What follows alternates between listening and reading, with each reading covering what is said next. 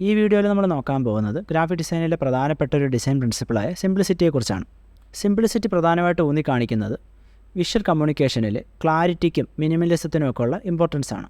അപ്പോൾ നമുക്കാണെങ്കിൽ കോംപ്ലക്സ് ആയിട്ടുള്ള ഐഡിയോ എലമെൻറ്റോ ഒക്കെ നമുക്കാണെങ്കിൽ റെഡ്യൂസ് ചെയ്ത് സിമ്പിൾ ആക്കാവുന്നതാണ്. അതിൻ്റെ മോസ്റ്റ് എസെൻഷ്യൽ ഫോമിലാക്കി മാറ്റാവുന്നതാണ്. അപ്പോൾ നമുക്ക് വേണമെങ്കിൽ ഡിസൈന് കൂടുതൽ ക്ലീനും ഫോക്കസ്ഡും ഈസി ടു അണ്ടർസ്റ്റാൻഡ് ആവുന്ന രീതിയിലും ഒക്കെ ചെയ്യാവുന്നതാണ്.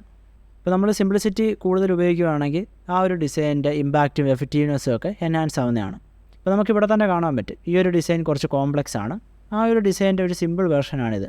അപ്പം പെട്ടെന്ന് കാര്യങ്ങൾ മനസ്സിലാവുന്നതാണ്. ഈ ഒരു ഡിസൈൻ പെട്ടെന്ന് മനസ്സിൽ തങ്ങി നിൽക്കുന്നതുമാണ്. ഇനി നമുക്ക് സിംപ്ലിസിറ്റിയുടെ കുറച്ച് ബെനിഫിറ്റ്സ് നോക്കാം. ഒന്നാമതായിട്ടുള്ളതെന്ന് പറഞ്ഞാൽ ക്ലാരിറ്റിയും റീഡബിലിറ്റിയാണ്.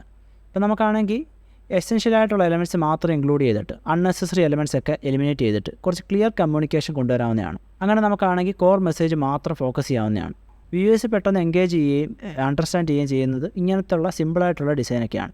ഇനിയുള്ളൊരു പോയിൻ്റ് എന്ന് പറഞ്ഞാൽ വിഷ്വൽ ഇമ്പാക്റ്റ് ആണ്. സിമ്പിൾ ഡിസൈൻ ആയിരിക്കും കൂടുതൽ സ്ട്രോങ് ആയിട്ടുള്ള വിഷ്വൽ ഇമ്പാക്റ്റ് ക്രിയേറ്റ് ചെയ്യാൻ പറ്റുക. അപ്പോൾ നമ്മൾ അൺനെസസറി ആയിട്ടുള്ള ഡീറ്റെയിലൊക്കെ ഒഴിവാക്കിയിട്ട് എസെൻഷ്യൽ ആയിട്ടുള്ള എലമെൻറ്റ് മാത്രം കൊടുക്കുന്ന സമയത്ത് പെട്ടെന്ന് അത് മെമ്മറൈസ് ചെയ്യാനും വിഷ്വലി സ്ട്രൈക്ക് ചെയ്യാനും ഒക്കെ സാധിക്കുന്നതാണ്.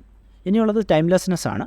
ഇങ്ങനെ സിംപ്ലിസിറ്റിയൊക്കെ യൂസ് ചെയ്യുന്ന സമയത്ത് ഒരു ലോങ് ടൈമിൽ ഈ ഒരു ഡിസൈനൊക്കെ കൂടുതൽ പ്രാക്ടിക്കലാണ്. നമ്മളാണെങ്കിൽ ട്രെൻഡ്സ് യൂസ് ചെയ്യുന്നില്ല, എക്സസീവായിട്ട് ഡെക്കറേഷൻ ചെയ്യുന്നില്ല. അങ്ങനെ ചെയ്യുന്ന സമയത്ത് നമ്മുടെ ഡിസൈൻസ് വളരെ സിമ്പിളായിരിക്കും. അതുകൊണ്ട് തന്നെ ലോങ് ടൈമിൽ നമ്മുടെ ഫാഷൻസൊക്കെ ചേഞ്ച് ചെയ്താലും നമ്മുടെ ഡിസൈൻ കൂടുതൽ അപ്പീലിംഗ് ആയിരിക്കും. ഇനിയുള്ളതെന്ന് പറഞ്ഞാൽ വേഴ്സറ്റാലിറ്റിയും അഡാപ്റ്റബിലിറ്റിയാണ്. നമ്മുടെ ഡിസൈൻ സിമ്പിൾ ആവും തോറും കൂടുതൽ വേഴ്സറ്റൈലും കൂടുതൽ അഡാപ്റ്റബിളും ആയിരിക്കും. കാരണം എന്ന് പറഞ്ഞാൽ അതിൻ്റെ അകത്ത് ഒരുപാട് ഡെക്കറേഷനും ഒരുപാട് ട്രെൻഡും കാര്യങ്ങളൊന്നും ഇല്ലാത്തതുകൊണ്ട് തന്നെ ഒരുപാട് മീഡിയയിലൊക്കെ നമ്മുടെ ഡിസൈൻ യൂസ് ചെയ്യാവുന്നതാണ്. ഈ സിമ്പിൾ ഡിസൈൻ കൂടുതൽ സ്കെയിലബിളും റീഡബിളും ഒക്കെയാണ്. അതുകൊണ്ട് തന്നെ നമുക്കാണെങ്കിൽ പല ആപ്ലിക്കേഷനിലും പ്ലാറ്റ്ഫോമിലൊക്കെ നമുക്ക് ഡിസൈൻ യൂസ് ചെയ്യാവുന്നതാണ്. ഇനിയുള്ളത് സിംപ്ലിസിറ്റിയുടെ പ്രിൻസിപ്പിളാണ്. ഇപ്പം ഈ ഒരു പ്രിൻസിപ്പിളൊക്കെ മനസ്സിലാക്കി കഴിഞ്ഞാൽ നമുക്കാണെങ്കിൽ സിംപ്ലിസിറ്റി പെട്ടെന്ന് അച്ചീവ് ചെയ്യാൻ പറ്റുന്നതാണ്. ഒന്നാമതായിട്ടുള്ളതെന്ന് പറഞ്ഞാൽ മിനിമലിസമാണ്.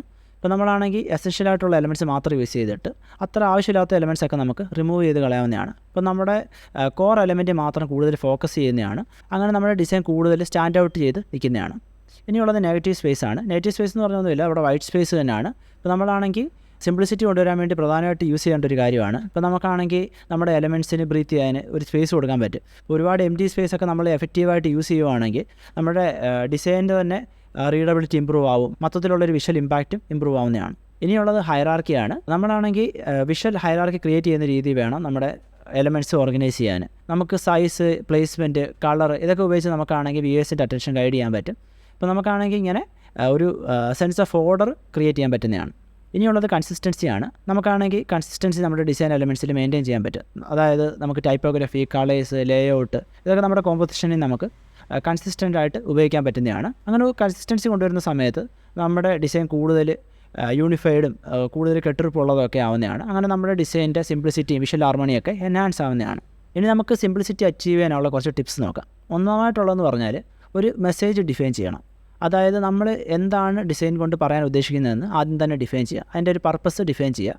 എന്നിട്ട് നമ്മൾ അത് കമ്മ്യൂണിക്കേറ്റ് ചെയ്യുന്നത് മാത്രം കൂടുതൽ കോൺസെൻട്രേറ്റ് ചെയ്യുക. നമ്മൾ അനാവശ്യമായിട്ടുള്ള മെസ്സേജ് ഒന്നും കമ്മ്യൂണിക്കേറ്റ് ചെയ്യാത്ത രീതിയിൽ തന്നെ നമ്മുടെ ഡിസൈൻ ക്രിയേറ്റ് ചെയ്യുക. ഇനിയുള്ളത് എഡിറ്റ് ആൻഡ് റിഫൈൻ ആണ്. അതായത് നമ്മുടെ ഡിസൈൻ്റെ അകത്ത് ഓരോ തവണ ഓരോ എലമെൻറ്റ്സ് ആഡ് ചെയ്തതിന് ശേഷം നമ്മൾ വീണ്ടും ചെക്ക് ചെയ്യണം. എന്നിട്ട് അത് ആവശ്യമുള്ളതാണോ ആവശ്യമില്ലാത്തതാണോ എന്നൊക്കെ മനസ്സിലാക്കിയിട്ട് അത് നമുക്ക് ആവശ്യമുണ്ടെങ്കിൽ മാത്രം അതിൻ്റെ അകത്ത് ആഡ് ചെയ്താൽ മതി. ആവശ്യമില്ലാത്തതൊക്കെ നമ്മൾ ഇടയ്ക്കിടയ്ക്ക് റിവ്യൂ ചെയ്തതിന് ശേഷം നമ്മുടെ ഡിസൈനിൽ നിന്ന് ഒഴിവാക്കണം. അപ്പോൾ നമുക്കാണെങ്കിൽ കൂടുതൽ ക്ലാരിറ്റി കൊണ്ടുവരാനും നമ്മുടെ ഡിസൈൻ്റെ ഇമ്പാക്റ്റ് ഇമ്പ്രൂവ് ചെയ്യാനും സാധിക്കുന്നതാണ്. ഇനിയുള്ളതെന്ന് പറഞ്ഞാൽ കൂടുതൽ വൈറ്റ് സ്പേസ് ഉപയോഗിക്കുക എന്നുള്ളതാണ്. അപ്പോൾ നമുക്കാണെങ്കിൽ നമ്മുടെ ഡിസൈൻ്റെ അകത്ത് സ്ട്രാറ്റജിക്കലി കൂടുതൽ വൈറ്റ് സ്പേസ് ഉപയോഗിച്ച് കഴിഞ്ഞാൽ നമുക്ക് മൊത്തത്തിലുള്ള ഒരു വിഷ്വൽ ബാലൻസ് ഇമ്പ്രൂവ് ചെയ്യാൻ സാധിക്കും. പിന്നെ നമ്മുടെ ഡിസൈൻ ആണെങ്കിൽ കൂടുതൽ സ്റ്റാൻഡ് ഔട്ട് ചെയ്ത് നിൽക്കും.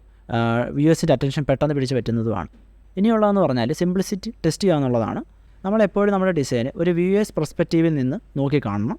അങ്ങനെ നോക്കി കണ്ടുകൊണ്ട് തന്നെ നമ്മുടെ ഡിസൈൻ്റെ അത് ആവശ്യമുള്ളതാണോ ആവശ്യമില്ലാത്തതാണോ ഇത് ഒരുപാട് എസെൻഷ്യൽ ആയിട്ടുള്ളതാണോ എന്നൊക്കെ ചെക്ക് ചെയ്തിട്ട് നമ്മുടെ ഡിസൈൻ കൂടുതൽ സിമ്പിളാക്കിക്കൊണ്ടിരിക്കണം.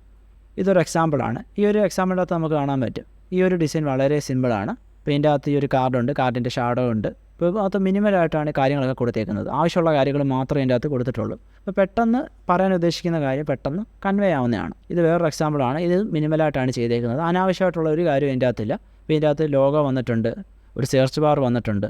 അപ്പോൾ നമുക്ക് കൃത്യമായിട്ട് കാണാൻ പറ്റും. അപ്പോൾ നമുക്ക് പെട്ടെന്ന് കാര്യങ്ങൾ മനസ്സിലാവുന്നതാണ്. കൂടുതൽ മിനിമലായതുകൊണ്ട് തന്നെ കൂടുതൽ ഇൻട്രസ്റ്റിംഗ് ആണ്.